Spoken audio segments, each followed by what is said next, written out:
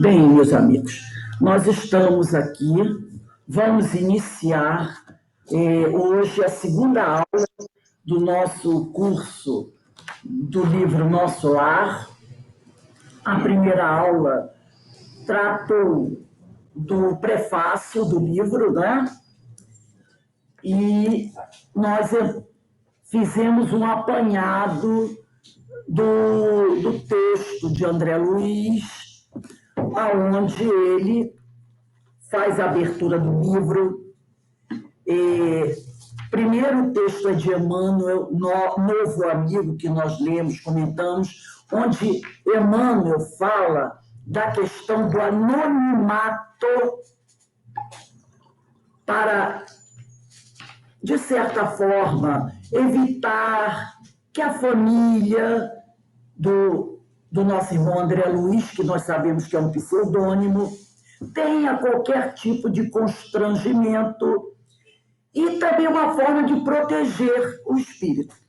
E o André Luiz, no seu prefácio, também, na realidade é uma introdução, que o prefácio é de Emmanuel, ele fala sobre isso, que a vida não cefa, que a vida é fonte eterna e a morte é o jogo escuro das ilusões. Então, ele agradece até o anonimato. Essa semana eu estava até conversando, foi essa semana que eu conversei com o Félix, que ele mandou uma mensagem para mim, tratando dessa questão do anonimato, porque muitas pessoas, ao longo dos anos, desde que esse livro foi publicado em 1944, as pessoas vivem num tremendo afã de descobrir quem é André Luiz, que médico foi. Se foi Carlos Chagas, se foi Oswaldo Cruz, outro médico qualquer. E aí a gente pergunta, tem alguma necessidade de saber sobre isso? É claro que não. Não há necessidade nenhuma de nós sabermos quem é André Luiz. Então, não vai acrescentar em nada saber ou não saber disso. O importante é a mensagem que o companheiro nos traz.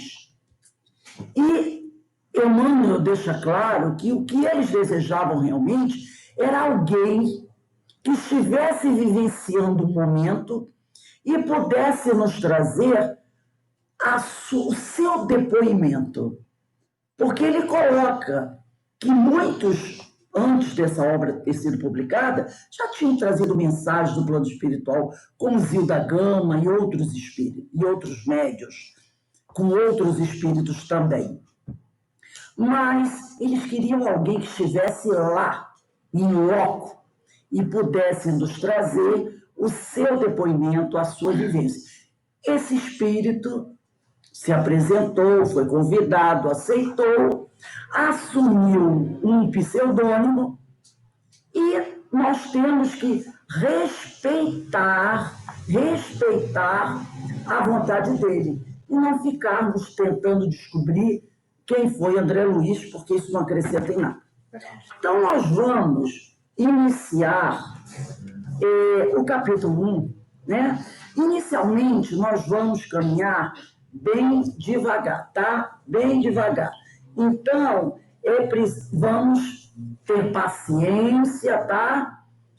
Tem horas que nós vamos acelerar um pouquinho, tem horas que nós vamos mais rápido, mas é bom que a gente tenha um pouquinho de paciência, porque às vezes a pessoa vai dizer assim, está muito lento, vamos andar um pouquinho mais rápido. Então, vamos devagarzinho e o tempo vai se adequando ao ritmo do trabalho. Quer dizer, o ritmo do trabalho vai se adequando com o tempo. Então, vamos começar aqui no capítulo 1, onde está escrito assim, nas zonas inferiores. Pelo nome, já dá para perceber que é um lugar que tem as suas dificuldades. No primeiro parágrafo, diz assim, é o próprio André Luiz falando. Eu guardava a impressão de haver perdido a ideia de tempo. A noção de espaço esvaíra-se-me de há muito. Então, aqui, logo no primeiro parágrafo, ele traz uma questão que a gente vai abordar um pouquinho. Ele diz assim: eu guardava a impressão de haver perdido a ideia de tempo. A noção de espaço esvaíra-se-me de há muito. Eu pergunto, nós sabemos realmente que é o tempo? Está aí uma das coisas, talvez, mais difícil para nós definirmos. E, fazendo lá as minhas pesquisas, eu achei uma citação de Santo Agostinho, falando sobre essa questão do tempo. Santo Agostinho diz assim, que não era, Santo Agostinho, ele não era nenhum ignorante. Não era nenhum ignorante, todos nós sabemos. Mas ele confessou honestamente a sua dificuldade em definir o tempo. Porque uma vez ele foi perguntado, e ele parou, a pessoa, realmente eu não sou nenhum ignorante, eu sou um estudioso, mas eu tenho uma grande dificuldade de definir o tempo. E ele escreveu assim, que é então o tempo? Aí ele diz assim, ele pergunta e ele mesmo responde. Se ninguém me perguntar, eu sei. Olha que interessante. Se ninguém me perguntar o que é o tempo, eu sei. Agora, se desejo explicá-lo a alguém que me pergunte, não sei mais. Então, nós temos a nossa definição de tempo na nossa cabeça. É o que ele diz. Se ninguém me perguntar, eu sei. Agora, se eu desejar explicar isso a alguém que me pergunte, não sei mais. Mostrando o quanto é difícil explicar o que é o tempo. Que é isso que o nosso irmão André Luiz está dizendo aqui. Eu guardava a impressão de haver perdido a ideia de tempo, a noção de espaço esvaíra-se de há muito. E o nosso irmão Hermínio de Miranda, no livro A Memória e o Tempo, ele vai falar um pouquinho sobre o tempo. Ele vai dizer assim, na mitologia grega, Cronos, que tanto significa tempo como impossível, então a palavra Cronos significa tempo como impossível, era filho de Urano e de Gê, que era o céu e terra. Seus pais o advertiram que seus próprios filhos o destruiriam e por isso ele os devorava à medida que iam nascendo. Criou-se aí uma bela imagem para figurar a noção de que o tempo tudo destrói. Olha que interessante. Nós não temos essa frase? O tempo tudo destrói. Porque Cronos foi advertido que os próprios filhos dele o destruiriam.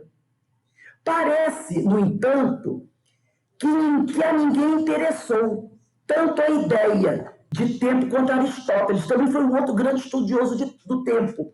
Aristóteles dizia o seguinte, e o tempo seria uma quantidade contínua, formada de passado, presente e futuro, como um todo. Então, essa é a definição de tempo de Aristóteles, né? Que o tempo é uma quantidade contínua formada de passado, presente e futuro, como um todo. Para ele, isso é o tempo. Ainda o Einstein também, o Hermínio de Miranda, também traz para a gente uma definição de Einstein sobre o tempo. Ele diz o seguinte, que não há um tempo uniforme, igual para todos os sistemas, né? Então, seria mais ou menos assim. O tempo seria, então, um conceito meramente subjetivo, ou seja, estaria exclusivamente na dependência de um observador, Vocês lembram quando nós estudamos a questão, nós falamos sobre a questão do homem no alto da montanha? Na Gênese tem essa passagem do homem no alto da montanha. Então, o tempo seria, então, um conceito meramente subjetivo, ou seja, estaria exclusivamente na dependência de um observador para apreciá-lo em determinado ponto. E, portanto, estaria subordinado à relatividade de sua posição quanto a tudo o mais no universo que o cerca. Vê se não está de acordo com o André Luiz, quando ele diz assim: o tempo seria, então, conceito meramente subjetivo, ou seja, estaria exclusivamente na dependência de um observador. Olha o André Luiz, observando a situação dele, para apreciá-lo em determinado ponto e, portanto, subordinado à relatividade da sua posição quanto a tudo mais no universo que o cerca. Então, André Luiz está fazendo aqui uma avaliação do tempo, da sua situação em relação à sua posição, de tudo que o cerca. Ele diz, eu guardava a impressão, ele está fazendo uma avaliação, de haver perdido a ideia de tempo. A noção de espaço esvaíra-se de há muito. Então, ele está fazendo uma avaliação do tempo em relação ao que ele está vivendo naquele momento. E nós vamos encontrar aí, quem está com o Livro dos Espíritos, que eu pedi até para vocês pegarem. Enquanto vocês vão pegando, eu vou colocar aqui uma ideia também do Hermínio sobre o tempo, que ele diz assim, para a gente ver como o tempo é uma coisa difícil. Ele conta uma pequena, ele faz uma nota que ele diz assim, se às 7 horas da noite uma pessoa fizer uma ligação internacional para Londres, você falará com uma pessoa cujo relógio marca meia-noite. E, no entanto, podemos dizer que estamos falando ao mesmo tempo. Olha como a noção de tempo é complicada. Aqui é 7 horas da noite, em Londres é meia-noite, mas nós estamos falando ao mesmo tempo. Por isso que os amigos espirituais falam que o tempo é uma das coisas mais difíceis. E como o acaso não existe, quando eu terminei de fazer essa pesquisa, eu peguei um marcador para botar no meu livro. Sabe qual era o marcador? O que estava no meu marcador? Está escrito assim, ó. Vê se vocês conseguem ler. O Tempo de Deus, o livro do Raul Teixeira. Eu terminei de fazer essa pesquisa, eu disse assim, vou marcar essa página do livro do Hermínio para poder, na hora eu abrir certinho. Quando eu peguei, estava lá, O Tempo de Deus, livro de Raul Teixeira pelo Espírito Camilo. Eu falei, é exatamente o tempo de Deus, não é? Então, tudo acontece no tempo de Deus e não no nosso tempo. Não é muito interessante. Então, agora vamos pegar o nosso livro dos Espíritos, vamos abrir na questão 1004, questão 1004, para nós consolidarmos bem essa ideia de tempo. Porque pode parecer uma coisa boba, mas não. Realmente é muito difícil essa ideia de tempo. Na 1004, eu vou pedir para a Carmen Matos, ler a 1004 e a Carmen Dolores ler a 1005. 1004. Em que se baseia a duração dos sofrimentos do culpado? Resposta de São Luís. No tempo necessário a que se melhore. Sendo o estado de sofrimento ou de felicidade proporcionado ao grau de purificação do espírito, a duração e a natureza de seus sofrimentos dependem do tempo que ele gaste em melhorar-se. À medida que progride e que os sentimentos se lhe depuram, seus sofrimentos diminuem e mudam de natureza. Então, a gente percebe aqui, ó, A duração, a natureza de seus sofrimentos dependem do tempo que ele gaste por se melhorar. Olha como o tempo está presente em tudo. Né? Então, depende do tempo que ele gasta em melhorar-se. À medida que progride, olha só, à medida que progride, olha o tempo aí.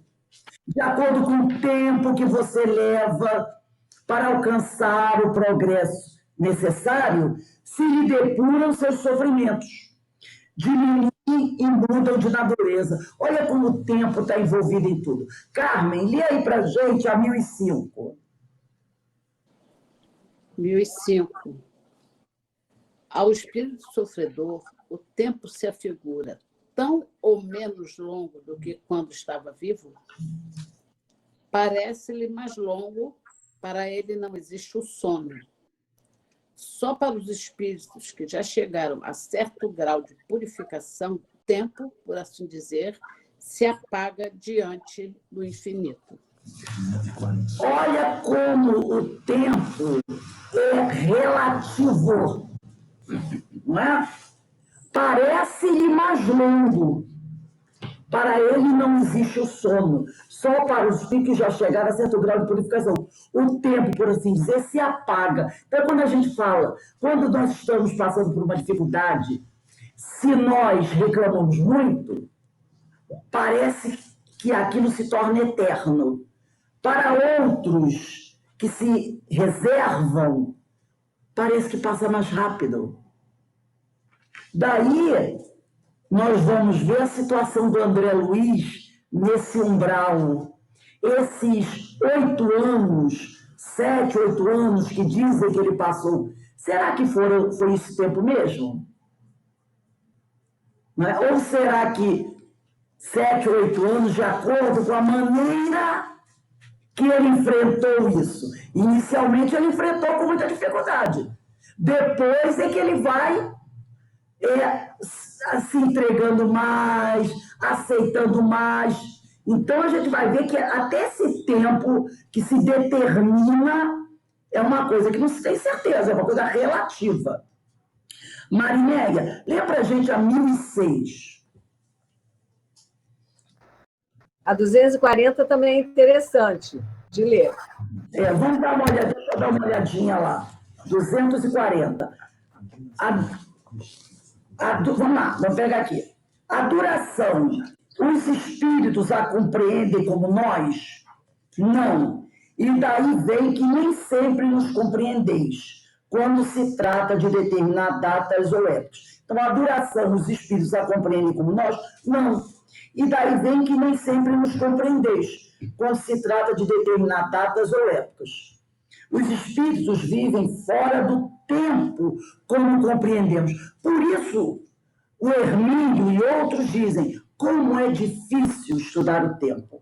A duração para eles deixa, por assim dizer, de existir. Os séculos, para nós, tão longos, não passam aos olhos deles distantes, que se movem na eternidade do mesmo modo que os relevos do solo se apagam e desaparecem para quem se eleva no espaço.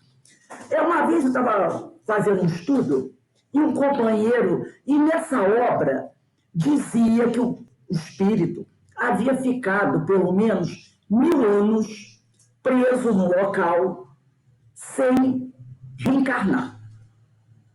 E aí um companheiro disse: impossível! 1000 anos é muito tempo para alguém ficar sem reencarnar. Mas olha o que ele diz aqui, ó. Os espíritos vivem fora do tempo, como nós o compreendemos. A duração para eles deixa, por assim dizer, de existir. Os séculos para nós tão longos não passam aos olhos deles de instantes que se movem na eternidade, do mesmo modo que os relevos do Sol se apagam e desaparecem para quem se eleva no espaço. Então, o nosso 1000 anos, para eles, podem ser uma coisa distante, ou até uma coisa que pode parecer mais longa, vai depender da necessidade em que ele se encontra. Se será uma coisa mais longa ou mais curta, vai depender dessa necessidade. Marineia, pega 1006 aí, por favor.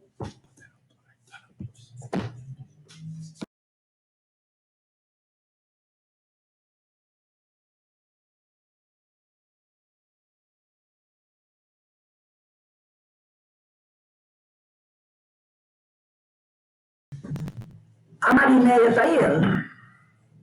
Félix, então lê para a gente a 1006, que eu acho que a Marineia caiu. 1006. Poderão durar eternamente os sofrimentos do espírito? Poderiam, se ele pudesse ser eternamente mau, isto é, se jamais se arrependesse e melhorasse, sofreria eternamente. Mas Deus não criou seres, tendo por destino permanecerem votados perpetuamente ao mal. Apenas os criou a todos simples e ignorantes, tendo todos, no entanto, que progredir em tempo mais ou menos longo, conforme decorrer da vontade de cada um. Mais ou menos tardia pode ser a vontade, do mesmo modo que a crianças mais ou menos precoces, porém, cedo ou tarde, ela aparece por efeito da irresistível necessidade que o espírito sente de sair da inferioridade e de se tornar feliz. Eminentemente sábia e magnânima é, pois, a lei que rege a duração das penas, porquanto subordina essa duração aos esforços do espírito. Jamais o priva do seu livre-arbítrio. Se deste faz, ele mau uso, sofre as consequências. São Luís.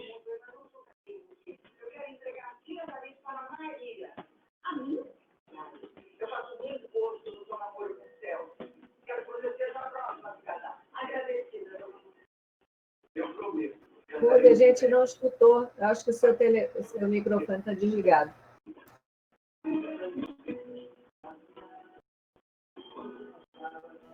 Félix, desliga esse microfone que está o som aí exterior.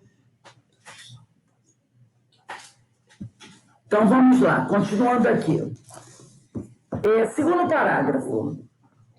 Estava convicto de não mais pertencer ao número dos encarnados do mundo.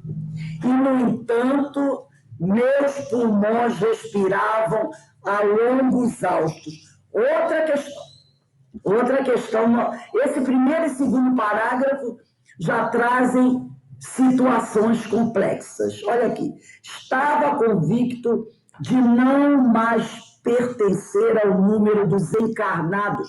Ele sabia, André Luiz sabia, que ele não fazia mais parte do mundo dos encarnados. Ele sabia que já havia morrido, mas ele estava tendo sensações com uma dificuldade para respirar. Então, ele disse aqui, no entanto, meus pulmões respiravam a longos exaustos. Livro dos Espíritos, questão 257. Vamos lá. Vamos aqui na 257. Eu recomendo que vocês, depois que nós não vamos lê-la toda, porque é muito grande, façam uma leitura dessa questão 257, para podermos fixar melhor a orientação. Então, eu vou destacar alguns pontos aqui. Primeiro parágrafo da questão 257. O corpo é o instrumento da dor. Porque, como nós vimos ontem, no nosso estudo, quem morre é o corpo. Ressuscita o espírito imortal com o seu corpo verdadeiro. Então, ontem nós falamos sobre, existe ressurreição? Existe. Mas o que ressuscita é o espírito com o seu verdadeiro corpo, que é o perispírito. O corpo físico, ele morre. Só que devido aos nossos equívocos, nossos pecados, nós temos que reencarnar para morrer depois novamente, enquanto não nos purificarmos. Então, ele diz aqui, o corpo é o instrumento da dor. Se não é a causa primária desta, se não é a origem da dor, o corpo, é pelo menos a causa imediata. A alma tem a percepção da dor. Olha aqui. Dor, falta de ar, não é? Essas impressões. Ele diz aqui. Meus pulmões respiravam a longos anos. Então era aquela necessidade de respirar. A alma tem a percepção da dor. Essa percepção é o efeito. Aí, vamos descer um pouquinho mais nesse primeiro parágrafo. Vamos encontrar um período onde diz assim. Desce aí umas 7 linhas. Toda a gente sabe... Encontraram aí? Toda a gente sabe que aqueles a quem se amputou um membro costumam sentir dor no membro que lhes falta. Certo que aí não está a sede ou sequer o ponto de partida da dor. O que há apenas é que o cérebro guardou da dor a impressão. Lícito, portanto, será admitir-se que coisa análoga, que coisa semelhante ocorra nos sofrimentos do espírito após a morte. Então, olha o que ele diz aqui. No caso da amputação, o cérebro físico guardou a impressão. Então, lícito será admitir-se que coisa análoga ocorra nos sofrimentos do espírito após a morte. Ele estava com falta de ar, por isso que ele respirava a longos haustos. Mas ele precisava... Rose! Quem está falando? Eu. Pode falar. Respirar a longos haustos não significa respirar prazerosamente, respirar confortavelmente, respirar com muita vontade, aquela respiração alta. Você acha que André Luiz estava nesse local, nesse momento, respirando assim, com muita tranquilidade? Olha o que ele disse no parágrafo anterior. Eu guardava a impressão de haver perdido a ideia de tempo. A noção de espaço esvaíra-se de mim há muito. Estava convicto de não mais pertencer ao número dos encarnados. No entanto, meus pulmões respiravam a longos haustos. E se você for olhando os outros parágrafos, você vai ver que não estava assim, nessa tranquilidade. Ele estava numa agonia, numa situação muito difícil. Porque ele diz aqui, ó, olha o terceiro parágrafo. Desde quando me tornara joguete de forças irresistíveis, impossível esclarecer. Ele estava muito agitado, ele estava muito nervoso, ele estava muito preocupado. Normalmente, quando uma pessoa, às vezes, ela está muito agitada, ela está muito tensa, ela tem uma respiração assim, acelerada. Inclusive, essa respiração acelerada promove uma sudorese também muito grande. Vocês já perceberam? Que quando você está muito nervoso, você está muito agitado, respirando de forma muito acelerada, você começa a suar muito, aí você faz assim. De repente, quando você olha, dependendo de como a pessoa seja, a camisa fica toda molhada. Aí você diz, nossa, eu preciso até tomar um banho, porque o meu corpo está cheirando mal, porque você começa a liberar também o suor. No caso dele, essa respiração, pelo menos me parece, não era essa que você está falando. Porque do jeito como você citou, parece que ele estava, né, tranquilo, ao fazer aquela ação. Não, eu não quis dizer tranquilo, não. É que eu entendi na hora que eu estava estudando, né, que ele tinha consciência de que ele estava desencarnado. Mas, tipo assim, no espanto dele, ele estava respirando, né? Ele, talvez como se ele estivesse desencarnado, para ele era uma outra coisa. Mas quando eu estudei, eu achei isso, que ele sabia que estava desencarnado, mas ele não entendia que ele estava respirando normalmente. É isso que eu entendi, entendeu? Eu vou ler só um pedacinho do 4º parágrafo. Sentia-me, na verdade, amargurado, sentia-me, na verdade, amargurado, doente nas grades escuras do horror, cabelos eriçados, coração aos saltos, medo terrível, senhoreando-me muita vez, gritei como louco, implorei piedade e clamei contra o doloroso desânimo que me subjugava o espírito. Como é que estava o estado desse homem? Ele estava bem? Ele estava aterrorizado, ele falou aqui. Cabelo eriçado, coração aos saltos, medo terrível. Então ele não estava bem, ele estava em agonia. Porque ele despertou em algum lugar que ele não conhecia e, outra coisa, ele não esperava. E vendo coisas que nós não vamos ter condições e não podemos descrever com fidelidade, porque a gente não lembra. Mas pela descrição do André Luiz, não era um lugar muito legal. Fala, Denise. O que eu consegui entender nesse parágrafo é que esse longos austos, né? Longos austos, não é isso? Isso. É porque ele tinha a noção de que morreu, acabou. Ele não esperava estar respirando, porque ele achava que respirar era coisa só de vivo. Exatamente. E ele estava em agonia. Então...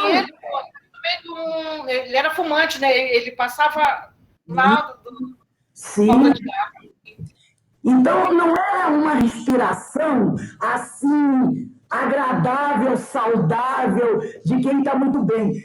Ele estava em agonia ali. Ele estava vendo coisas, como eu falei antes, que ele não sabia. Ele não esperava aquilo. Ele não sabia nem descrever aquilo. Tipo assim, que negócio é esse? Ele era materialista, então ele achava que morreu, acabou mesmo, então não teria pulmão para respirar, vamos dizer assim, né? Ainda mais que era médico, né? Ele se depara com uma realidade que ele desconhecia. Então, era um medo misturado com terror, com surpresa. Então, não era assim, uma respiração natural, normal. Então, o que a gente estava vendo aqui no Livro dos Espíritos é mostrando como é que funciona essa questão das nossas sensações. Porque ele vai sentir tudo isso. Ele vai sentir medo, ele vai sentir falta de ar, ele vai sentir frio, ele vai sentir fome, ele vai sentir calor, ele vai sentir sede, ele vai sentir uma série de coisas. Então, quando ele diz aqui que muitas dessas sensações, elas vão acontecer porque a mente, ela guarda, né, como ele falou aqui, o cérebro guarda, a mente guarda a impressão. Então, ele lembra dessas impressões que ele vivia. Então, depois, no início do 2º parágrafo da questão 257, ele vai dizer assim: o perispírito é o laço que a matéria do corpo prende, o perispírito é o laço que a matéria do corpo prende o espírito, que o tira do meio ambiente, do fluido universal, virando. É o princípio da vida orgânica, porém não da vida intelectual, que reside no espírito. É além disso, olha aqui, o perispírito é além disso o agente das sensações exteriores. No corpo, os órgãos, servindo-lhes de conduto, localizam essas sensações. Destruído o corpo, elas se tornam gerais. Então, a sensação é em todo o organismo perispiritual. Quando você está encarnado, você tem um corpo. A sensação é localizada. Mas quando você está desencarnado, a sensação, ela é geral. E eu acredito até que, pela sensação ser geral, a coisa é até pior. Porque a agonia do corpo todo. Como ele diz aqui, no corpo, os órgãos, servindo-lhes de condutos, localizam essas sensações. Destruído o corpo, elas se tornam gerais. Então, a agonia para aquele espírito, como a Denise falou, materialista, que não tinha noção de nada, se torna uma coisa muito sofrida. Você está de frente a uma realidade que você desconhece. Ainda tem essas sensações envolvendo todo o teu corpo. É um desespero. E aqui ele, continuando, nesse parágrafo, mais abaixo, ele diz assim: liberto do corpo, o espírito pode sofrer, mas esse sofrimento não é corporal, embora não seja exclusivamente moral, como o remorso, pois que ele se queixa de frio e calor, de fome. Ele se queixa de várias coisas. A dor que sentem não é, pois, uma dor física propriamente dita. Nós vamos encontrar, muitas vezes, o espírito reclamando que está sentindo dor, falta de ar, fome, sede, frio. Eu sinto os vermes me comerem, eu sinto que estou queimando. A gente vai encontrar o espírito falando tudo isso. Então, a dor que sentem não é, pois, uma dor física propriamente dita. É um vago sentimento íntimo que o próprio espírito nem sempre compreende bem, precisamente porque a dor não se acha localizada e porque não a produzem agentes exteriores. É mais uma reminiscência do que uma realidade. Reminiscência, porém, igualmente penosa. Então, percebeu? É uma reminiscência e muito penosa, porque ela é geral. E, para encerrar esse item, ele fala assim: essa situação dura enquanto haja qualquer ligação entre o corpo e o perispírito. Essa é no terceiro parágrafo, umas 6 linhas abaixo.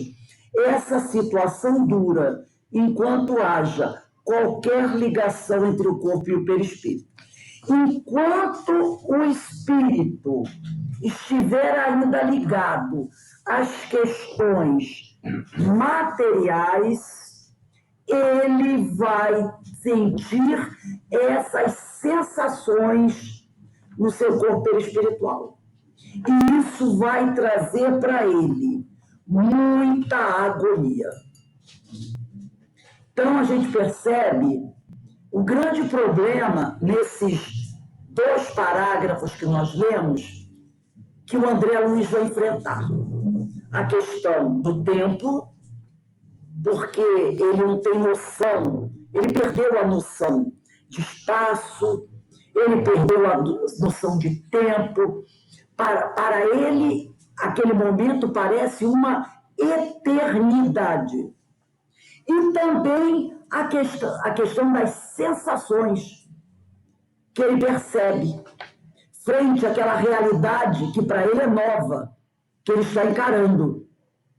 E depois, com o passar do tempo, conforme nós vamos estudando, nós vamos perceber que essas sensações vão se tornando cada vez mais graves, mais difíceis para ele enfrentar.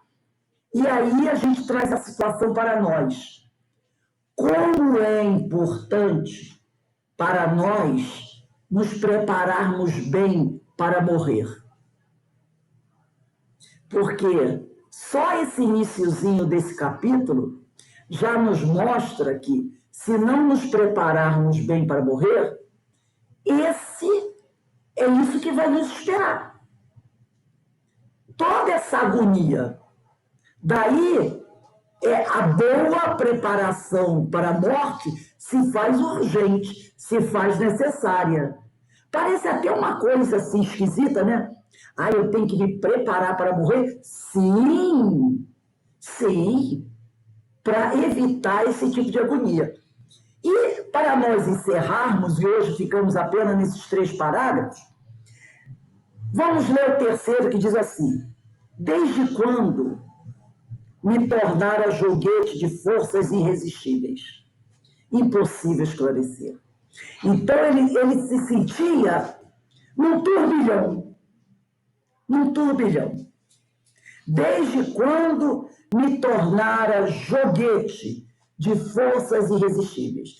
Ele, um homem, quem conhece a história, já viu o filme, sabe que ele era um homem seguro, como a Denise falou, né? Um materialista, muito bem colocado no mundo, né? Um homem que se acreditava seguro de si e dominava o mundo em que ele vivia.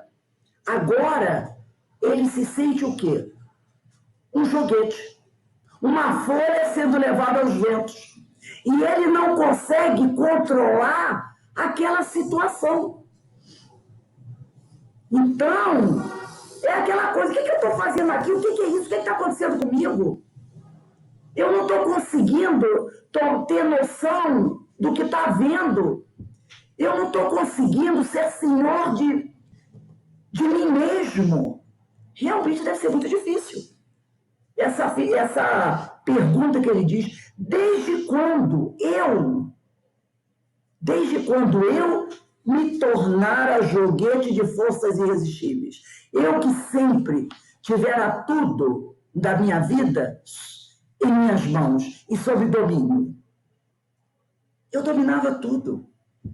Eu era o grande senhor, pelo menos da minha vida, tinha tudo sob controle. E agora eu me tornei um joguete de forças irresistíveis. Aí ele termina esse parágrafo dizendo: impossível esclarecer, impossível entender. Difícil, né? Denise, eu queria que você, em poucos minutos, porque nós temos pouquinho de tempo, eu vou escolher você e mais duas pessoas para fazer uma síntese desses 3 parágrafos, do que você entendeu, tirando as coisas que você achar mais importantes e de forma bem sintética.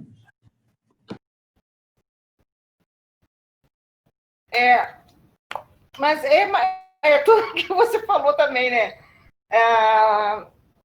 Quando ele diz aquela parte que ele tinha perdido a ideia de espaço e de tempo, é aquela parte da perturbação da morte, né?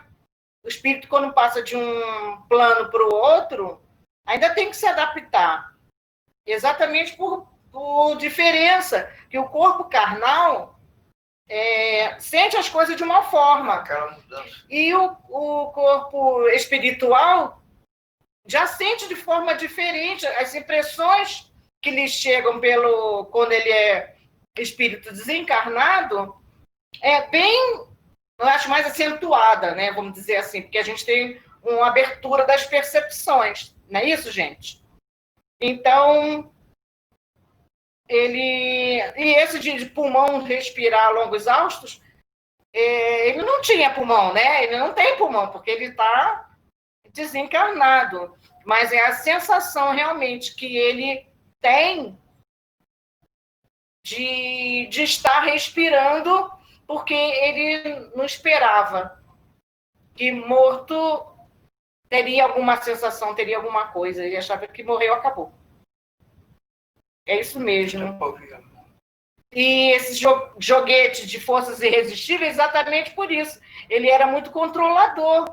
Ele se achava ele controlava tudo na vida dele, na vida da família, no hospital. Então, quando ele se viu assim, num ambiente que ele não tinha noção, né, ele se sentiu impossível esclarecer. Ele não tinha esclarecimento nenhum, então não tinha como esclarecer mesmo, porque ele não tinha estudo nenhum. Só isso. Carmen Matos.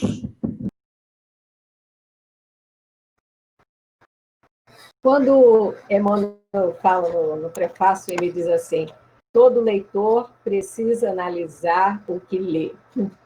E aí, isso toca muito a gente nesse momento, que a Rose está analisando palavra por palavra, para a gente ter essa noção, e esse tempo me trouxe a certeza de que quando você tem uma dor, tem uma dificuldade, como demora a passar o tempo. E esses 12 anos que a gente sabe da história, que ele diz que passou, com certeza, eu imagino que não tenham sido 12 anos cronológicos, como a gente tem essa ideia, né, do tempo, 60 minutos. De repente, foi uma semana, sei lá. Como é que a gente vai saber? E agora, essa constatação de que as sensações, a gente permanece com ela durante muito tempo, e a certeza da gente se educar para desencarnar, para morrer.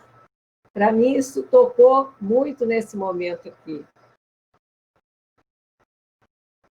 Carmen Dolores, para encerrar, faça seus comentários. O que me chamou muita atenção nesses parágrafos aqui foi quando ele diz assim que ele estava convicto de não mais estar no mundo estar vivo, né? Porque o que a gente observa em muitas mesas mediúnicas é que os espíritos às vezes chegam, já estão há anos desencarnados, ainda têm a noção de que estão vivos, ainda se acham vivos, quer dizer, ainda na carne, né? E ele, pelo menos, já não tinha mais essa sensação, ele já tinha quase que a certeza de que não estava mais vivo. Isso foi que eu destaquei bem aqui. Eu acho que o restante já foi bem comentado. Então, meus amigos, nós tivemos aí a nossa segunda aula sobre André Luiz, percebemos que o estudo promete, tem muita coisa para a gente comentar, para a gente destacar. Eu vou pedir a vocês que nessa semana continuem lendo o capítulo, anotações, suas citações de alguns trechos que vocês acharem importantes, para que quando a gente continue a leitura, vocês possam enriquecer e trazer seus conhecimentos, seus comentários, tá bom? Então, nós vamos agora dar... Se posso uma sugestão? Oi, pode falar, Denise. Uma sugestão? Pode Da falar. gente numerar os parágrafos. Os meus já foram todos numerados. Eu também. Vamos numerar porque facilita na hora do entendimento. Onde você... É sempre bom. E também nós estamos sempre aqui com o Livro dos Espíritos próximos, porque o Livro dos Espíritos vai nos dar sempre um apoio desse trabalho, tá bom? Então, nós vamos encerrando aqui o nosso estudo de André Luiz. Aqueles que continuarem conosco, tudo bem? Aqueles que vão sair, um beijo no coração, tá bom? Então, vamos dar a nossa paradinha aqui. E na semana que vem, nós continuamos com o nosso estudo das obras de André Luiz, Nosso Lar. Continuamos o estudo do primeiro capítulo.